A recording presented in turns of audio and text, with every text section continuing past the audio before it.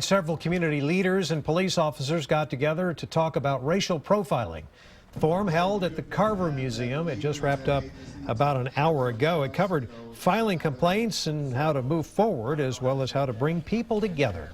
We never stop working together collaboratively, and we work constructively, not destructively. Austin Mayor Steve Adler, along with other police, sheriffs, and police chiefs and DPS troopers from across Central Texas, attended tonight's meeting.